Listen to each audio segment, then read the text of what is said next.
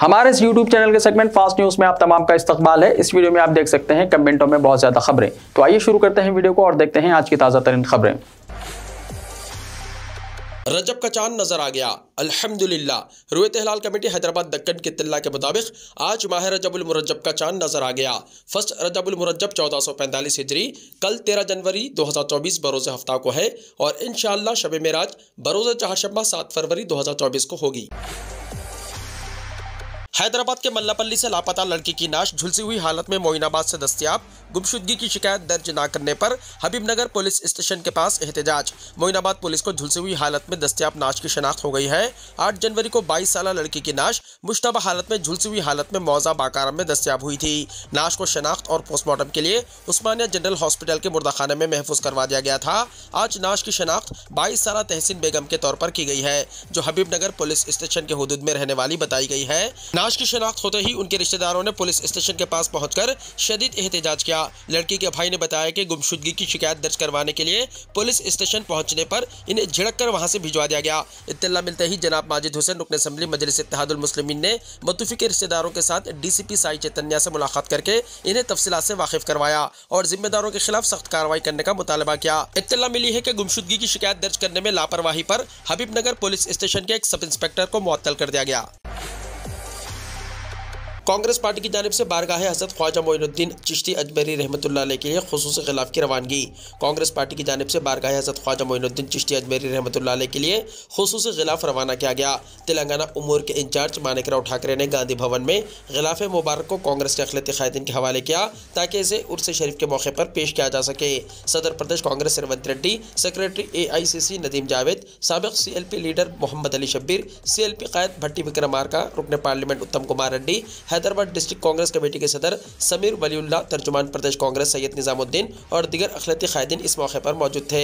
समीर वलीउल्लाह ने बताया कि हज़रत ख्वाजा गरीब नवाज रहमतुल्लाह अलैह के 811वें उर्स शरीफ के मौके पर खुसूसी चादर पेश की जाएगी और मुल्क में अमन व अमान और अवामी भलाई के हक़ में दुआ की जाएगी। इस मौके पर साबिक़ वज़ीर मोहम्मद अली शब्बीर ने कहा कि हर साल उर्स शरीफ के मौके पर भाईचारा और मजहबी रवादारी का मुजाहरा होता है। दुनिया भर से मुख्तलिफ मज़ाहिब से ताल्लुक़ रखने वाले ज़ायरीन शिरकत करते हैं। मोहम्मद अली शब्बीर ने कहा कि चादर की पेशकशी के बाद तेलंगाना में आवाम की भलाई, अमन व अमान और तरक्की के लिए खुसूसी दुआएं की जाएंगी। National means cum merit scholarship तारीख बढ़ा दी गई। डायरेक्टर सरकारी एग्जाम्स ने कहा कि साल 2023-24 के लिए national means cum merit scholarship scheme के मुंतखब उम्मीदवारों के लिए दरख्वास्तें नेशनल स्कॉलरशिप पोर्टल यानी NSP में अपलोड करने की आखिरी तारीख में 31 जनवरी तक तौसी कर दी गई है। यहाँ जारी करदा सरकारी प्रेस नोट के जरिए मुतल्लिक़ा इदारों के सदूर से दरख्वास्त की गई कि वो मुतल्लिक़ा तलबा को इस बात की इत्तला दें और मुक़र्रर वक्त में रजिस्ट्रेशन मुकम्मल करें। सिंगल यूज़ प्लास्टिक पर सख्त कंट्रोल हो, सुरेखा ने कहा। तेलंगाना की जंगलात और माहौलियात की वजीर कोंडा सुरेखा ने आने वाली नस्लों के लिए बेहतर और रहने के काबिल माहौल को यकीनी बनाने के लिए रोज़मर्रा की ज़िंदगी में सिंगल यूज़ प्लास्टिक के इस्तेमाल को रोकने की ज़रूरत पर जोर दिया। मोहतरमा सुरेखा ने जुमे को इस पहल की हिमायत में एक वीडियो पैगाम जारी किया जिसमें प्लास्टिक के खतरे से निपटने के लिए इनफरादी शराकत की अहमियत पर जोर दिया गया। उन्होंने प्लास्टिक की खपत को कम करने की कोशिश के साथ साथ हरियाली बढ़ाने पर तवज्जो देने की अहमियत पर जोर दिया। बुरखा पहनकर 14 लाख की चोरी, हैदराबाद में मुलजिम पकड़ा गया। हुमायूं नगर पुलिस ने एक ऐसे शातिर सारिक को गिरफ्तार कर लिया है जिसने चोरी के लिए बुरखे का इस्तेमाल किया था। तफसीलात के मुताबिक संगारेड्डी गवर्नमेंट हॉस्पिटल के डॉक्टर शब्बीर अहमद शहर के इलाके इंदिरा नगर में मुकीम हैं। उनके मकान से 2 जनवरी को 14 लाख रुपये नकद रकम का सरखा कर लिया गया। पुलिस ने तहकीकात करते हुए CCTV फुटेज की मदद से सारिक को गिरफ्तार कर लिया। मुलजिम की शनाख्त 27 साल मोहम्मद इसाक के तौर पर की गई है, जो साबिक में डॉक्टर शब्बीर के पास मुलाजिमत किया करता था। इसका उनके घर आना जाना था और वो 2 जनवरी को डॉक्टर के घर बुरखा पहनकर पहुंचा और उसने वहां से नकद रकम का सरखा कर लिया था। पुलिस ने मुलजिम को गिरफ्तार करके रकम जब्त कर ली है। बोधन के करीब सड़क हादसा, 2 नौजवान जाँ बहक, 1 जख्मी। बोधन के एडापल्ली मंडल के अशोक सागर में जुमे की शाम एक खौफनाक सड़क हादसे में 2 नौजवान जाँ बहक हो गए। इत्तलात के मुताबिक एडापल्ली मंडल के नेहरू नगर के रहने वाले 3 दोस्त करीम 18 साल, समीर 17 साल और अनस 18 साल नेहरू नगर से बाइक पर बोधन जा रहे थे कि निजामाबाद की तरफ जा रही एक कार से उनकी बाइक टकरा गई, जिसके नतीजे में समीर और अनस की मौके पर ही मौत हो गई। करीम के शदीद जख्मी होने पर मुकामी लोगों ने इन्हें निजामाबाद अस्पताल पहुंचाया। पुलिस ने मौके पर पहुंचकर मुकदमा दर्ज कर लिया और तहकीकात कर रही है। नौजवानों को हुनरमंदी की तरबियत फराहम करने के लिए हर जिले में ट्रेनिंग सेंटर्स और स्किल यूनिवर्सिटियां कायम करने का मंसूबा। रियासती वजीर डी सूरीधर बाबू ने कहा। रियासती वजीर इंफॉर्मेशन टेक्नोलॉजी और सनत डी सूरीधर बाबू ने कौमी यौम नौजवान और स्वामी विवेकानंद जयंती के मौके पर विवेकानंद के मुजस्समे को खिराज खिदमत पेश किया। सूरीधर बाबू ने सिकंदराबाद में डायरेक्टर और कमिश्नर यूथ सर्विस के दफ्तर में यूथ डे के मौके पर मुनक्किदा जॉब मेले का इफ्तिताह किया। 5000 मुलाजिमतें फराहम करने के मकसद से मुनक्किद किए गए जॉब फेयर में 80 कंपनियों ने हिस्सा लिया और 6500 नौजवानों ने रजिस्ट्रेशन कराया। इस मौके पर सूरीधर बाबू ने कहा कि स्वामी विवेकानंद के ख्यालात और उनका रास्ता नौजवानों के लिए मिसाली है। उन्होंने कहा कि छोटी उम्र में अच्छी तालीम और नौकरी ज़रूरी है। उन्होंने कहा कि हुकूमत नौजवानों के मसाइल हल करने की नीयत से रोज़गार के मौक़े पैदा करने के बारे में सोच रही है। उन्होंने कहा कि गुज़िश्ता 10 सालों में रियासत बगैर मनसूबाबंदी और हिकमत अमली के चलती रही, लेकिन अब कांग्रेस हुकूमत एक मकसद के साथ आगे बढ़ रही है। उन्होंने कहा कि नौजवानों को भी एक मकसद के साथ आगे बढ़ना चाहिए और विवेकानंद के जज्बे के साथ मकसद के हुसूल में कामयाब होने की उम्मीद करनी चाहिए। उन्होंने वाज़ेह किया कि दही इलाकों में नौजवानों को ले जाने वाले रास्ते मौजूद हैं, इसलिए नशे की लत को रोकने के लिए सख्त इक़दाम किए जा रहे हैं। उन्होंने याद दिलाया कि चीफ मिनिस्टर रेवंत रेड्डी ने एक खुसूसी विंग तश्कील दिया है और मंशियात की रोकथाम के लिए सख्त इक़दाम कर रहे हैं। रियासती वज़ीर ने कहा कि हुकूमत 2 लाख जायदादें पुर करने का मनसूबा रखती है। उन्होंने जायदादें पुर करने के अमल को नज़रअंदाज करने पर साबिक़ा हुकूमत को तनक़ीद का निशाना बनाया। उन्होंने वजाहत की है कि निजी शोबे में मज़ीद लाखों लोगों के लिए मुलाजिमतें पैदा करने की कोशिशें की जा रही है और हर ज़िले हेडक्वार्टर में स्किल सेंटर्स और स्किल यूनिवर्सिटीज़ के क़याम के लिए मंसूबा तैयार किया जा रहा है। उन्होंने कहा कि सनतों के क़याम और उनके लिए दरकार हुनर को सामने लाने के लिए स्किल यूनिवर्सिटियाँ कायम की जा रही हैं। उन्होंने नतीजा अक्स किया है कि आइंदा 5 सालों में तेलंगाना इंसानी वसाइल के मैदान में दुनिया का सर्वफहरिस्त इलाका रहेगा। ज़मीन पर कब्जा करने के इल्ज़ाम में हैदराबाद में एक IPS ओहदेदार गिरफ्तार। हैदराबाद के पौश इलाके बंजारा हिल्स में एक रिटायर्ड IAS ओहदेदार भंवरलाल की कीमती ज़मीन पर कब्जा करने के इल्ज़ाम में एक IPS ओहदेदार नवीन कुमार को पुलिस ने गिरफ्तार कर लिया। हैदराबाद की CCS पुलिस ने नवीन कुमार को रिटायर्ड IAS भंवरलाल से मुताल्लिक़ जुबली हिल्स की ज़मीन पर कब्जा केस में गिरफ्तार किया है। इस मामले में पुलिस पहले ही IPS नवीन कुमार को नोटिस दे चुकी है और इनसे पूछताछ कर चुकी है। इन्हें आज गिरफ्तार किया गया। मालूम हुआ है कि पुलिस इसी मामले में नवीन कुमार के भाई और भावज को पहले ही गिरफ्तार कर चुकी है। ताहम इस हवाले से मुकम्मल तफसीलात मालूम होना बाकी है। तेलंगाना सर्दी की लपेट में। तेलंगाना इन दिनों सर्दी की लपेट में है। गुज़िश्ता 5 दिनों से रियासत के कई मुकामात पर मुतवातिर दर्जा हरारत में बतदरीज कमी वाक़ हो रही है। शदीद सर्दी की वजह से आवाम का बुरा हाल है। सर्दी से बच्चे और मौमरीन शदीद मुतासिर हैं। सुबह के अव्वलिन सातों से ही सर्द हवाएँ चल रही हैं। आदिलाबाद में अक़ल तरीन दर्जा हरारत 16 डिग्री सेल्सियस रिकॉर्ड किया जा रहा है। रात के औक़ात में दर्जा हरारत में मज़ीद कमी वाक़ हो रही है। ज़िले में गुज़िश्ता 5 दिनों से सूरज की किरणें गायब हैं। महकमे मौसमियात के अहदेदारों ने सर्दी की शिद्दत में मज़ीद इजाफे की पेशकशी की है। आदिलाबाद में गर्म मलबूसात की खरीद फरोख्त में ज़बरदस्त इजाफा हो गया है। आवाम स्वेटर्स, टोपियों और मफलर्स का इस्तेमाल कर रहे हैं। आधार कार्ड, हुकूमत का बड़ा ऐलान। आधार कार्ड को लेकर मरकज़ी हुकूमत ने बड़ा ऐलान किया है। हुकूमत ने वाज़ेह किया है कि बायोमेट्रिक तफसीलात के बगैर 29 लाख लोगों को आधार कार्ड जारी किए गए हैं। इसका मतलब है कि आप फिंगरप्रिंट और आयरिश स्कैन के बगैर आधार कार्ड बना सकते हैं। लोकसभा में इलेक्ट्रॉनिक्स और इंफॉर्मेशन टेक्नोलॉजी के वजीर राजीव चंद्रशेखर के मुताबिक बायोमेट्रिक्स के बगैर आधार बनाने के कुछ उसूल और शराइत हैं। बायोमेट्रिक्स के बगैर कौन आधार कार्ड के लिए दरख्वास्त दे सकता है? बायोमेट्रिक्स के बगैर आधार कार्ड के लिए दरख्वास्त देने के लिए आपके पास एक तिब्बी वजह होनी चाहिए। मतलब अगर आपकी उंगलियों के निशान धुंधले हैं या आपके हाथ नहीं है तो आप मेडिकल सर्टिफिकेट देकर आधार कार्ड के लिए दरख्वास्त दे सकते हैं। इसी तरह अगर आपकी आंखें ख़राब हैं या आपकी आंखें नहीं हैं तो इस सूरत हाल में भी आप आधार कार्ड के लिए दरख्वास्त दे सकते हैं। आधार सेंटर को हिदायतें जारी। वज़ीर राजीव चंद्रशेखर ने ऐलान किया है कि हुकूमत ने आधार सर्विस सेंटर को हिदायत दी है कि धुंधले उंगलियों के निशानात या आंखों और हाथों से माजूर अफराद को आधार कार्ड जारी करें। हुकूमत ने कहा कि अगर किसी के उंगलियों के निशान धुंधले हैं तो वो सिर्फ आयरिश स्कैन के जरिए आधार कार्ड बना सकते हैं। इसी तरह अगर लोगों के पास आयरिश स्कैन नहीं है तो वो फिंगरप्रिंट के जरिए आधार के लिए दरख्वास्त दे सकते हैं। हुकूमत ने वाज़ेह किया कि वो लोग जो फिंगरप्रिंट और आयरिश बायोमेट्रिक्स दोनों फराहम नहीं कर सकते वो इसके बगैर आधार के लिए दरख्वास्त दे सकते हैं। ऐसे अफराद नाम, जेंडर, पता और तारीख के जरिए आधार के लिए दरख्वास्त दे सकते हैं, लेकिन इन्हें अपने हाथों और आंखों का मेडिकल सर्टिफिकेट फराहम करना होगा। इसके अलावा आपकी माजूरी की तस्वीर आधार कार्ड पर जमा करानी होगी। आसाम में जल्द ही लागू होगा यक्सा civil code, chief minister Himanta Biswa Sarma ने दिया बयान। आसाम के चीफ मिनिस्टर हेमंत बिस्वा शर्मा ने कहा कि रियासत में जल्द ही यक्सा सिविल कोड नाफिज कर दिया जाएगा। चीफ मिनिस्टर शर्मा ने कहा कि हम उत्तराखंड और गुजरात की तरह यक्सा सिविल कोड लाएंगे। आसाम के यक्सा सिविल कोड में कुछ ज्यादा कवानीन होंगे, साथ ही हम इन रियासतों के यूसीसी बिल के हिसाब से भी रियासत में यक्सा सिविल कोड लाएंगे। मैं उत्तराखंड का यूसीसी बिल को देखने का इंतजार कर रहा हूँ। आसाम में कबायली बरादरी को यूसीसी के दायरे से मुस्तस्ना रखा जाएगा।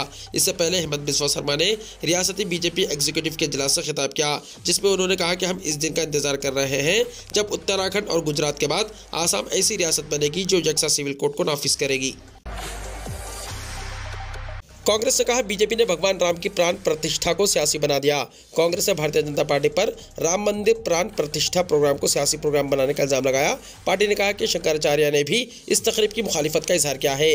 कांग्रेस के तर्जुमान पवन खेड़ा और सुप्रिया श्रीनीत ने जुमे को पार्टी हेडक्वार्टर में मुश्तरका प्रेस कॉन्फ्रेंस में कहा कि अब बीजेपी और आरएसएस ये फैसला कर रहे हैं कि कौन अयोध्या जाएगा और कौन नहीं जाएगा। कांग्रेस इस सोच की मुखालिफत करती है। मजहब हमारे जाती अकीदे का मामला है, इस मामले पर सियासत नहीं होनी चाहिए। खेड़ा ने पूछा कि क्या कोई भगवान के मंदिर में दावत पर जाता है? क्या कोई सियासी पार्टी यह फैसला करेगी कि किस जुम्रे का शख्स किस तारीख को मंदिर जाएगा? क्या कोई सियासी जमात फैसला करेगी कि मैं अपने भगवान के पास कब जाऊंगा? उन्होंने कहा कि ना कोई इंसान किसी को मंदिर में मदऊ कर सकता है और ना ही इंसान किसी को मंदिर जाने से रोक सकता है। किसी भी मंदिर की जिंदगी को मुकद्दस करने का एक तरीक़ेकार है। चारों पीठों के शंकराचार्य ने वाज़ेह तौर पर कहा कि एक नामुकम्मल मंदिर की प्राण प्रतिष्ठा नहीं किया जा सकता।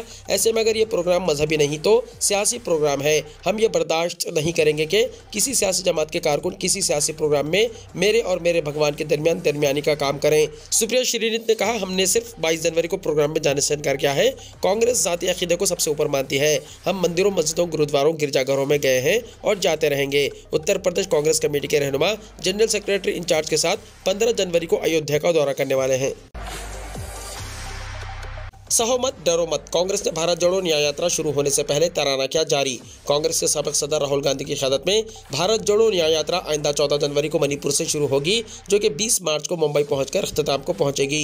ये यात्रा शुरू होने से ठीक पहले कांग्रेस ने एक खास तराना जारी किया है, जो भारत जोड़ो न्याय यात्रा के मकासद को बेहतरीन अंदाज में जाहिर करता है। इस खास तराने की वीडियो कांग्रेस ने सोशल मीडिया प्लेटफॉर्म एक्स के अपने ऑफिशियल हैंडल से भी शेयर किया और राहुल गांधी, जयराम रमेश ने भी इस वीडियो के साथ कुछ अल्फाज पोस्ट किए। राहुल गांधी ने तराने की वीडियो शेयर करने के साथ इस तराने के कुछ अल्फाज लिखे हैं जो इस तरह हैं: हम पहुंचेंगे हर घर तक न्याय का हक मिलने तक, गली मोहल्ला संसद तक न्याय का हक मिलने तक, सहो मत डरो मत। दूसरी तरफ जयराम रमेश ने वीडियो के साथ कुछ इस तरह के अल्फाज अपने पोस्ट में लिखे हैं: भारत जोड़ो न्याय यात्रा गुज़िश्ता 10 साल की नाइंसाफी के खिलाफ आवाज़ उठाने के लिए है। आज इसका थीम सॉन्ग रिलीज हुआ है, सुनिए और ज़्यादा से ज़्यादा लोगों तक पहुँचाएँ। आखिर में लिखा है सहो मत डरो मत, न्याय का हक मिलने तक। वाज़ेह है कि ये यात्रा मणिपुर से शुरू होकर नागालैंड, आसाम, मेघालय, मगरबी बंगाल, बिहार, झारखंड, ओडिशा, छत्तीसगढ़, उत्तर प्रदेश, मध्य प्रदेश, राजस्थान, गुजरात से होती हुई मुंबई में खत्म होगी। इस यात्रा के लिए कांग्रेस ने अपनी सभी तैयारियां मुकम्मल कर ली हैं। मणिपुर में तशद्दुद के हालात को देखते हुए इंतजामिया की तरफ से कांग्रेस को यात्रा का इफ्तिताह करने के लिए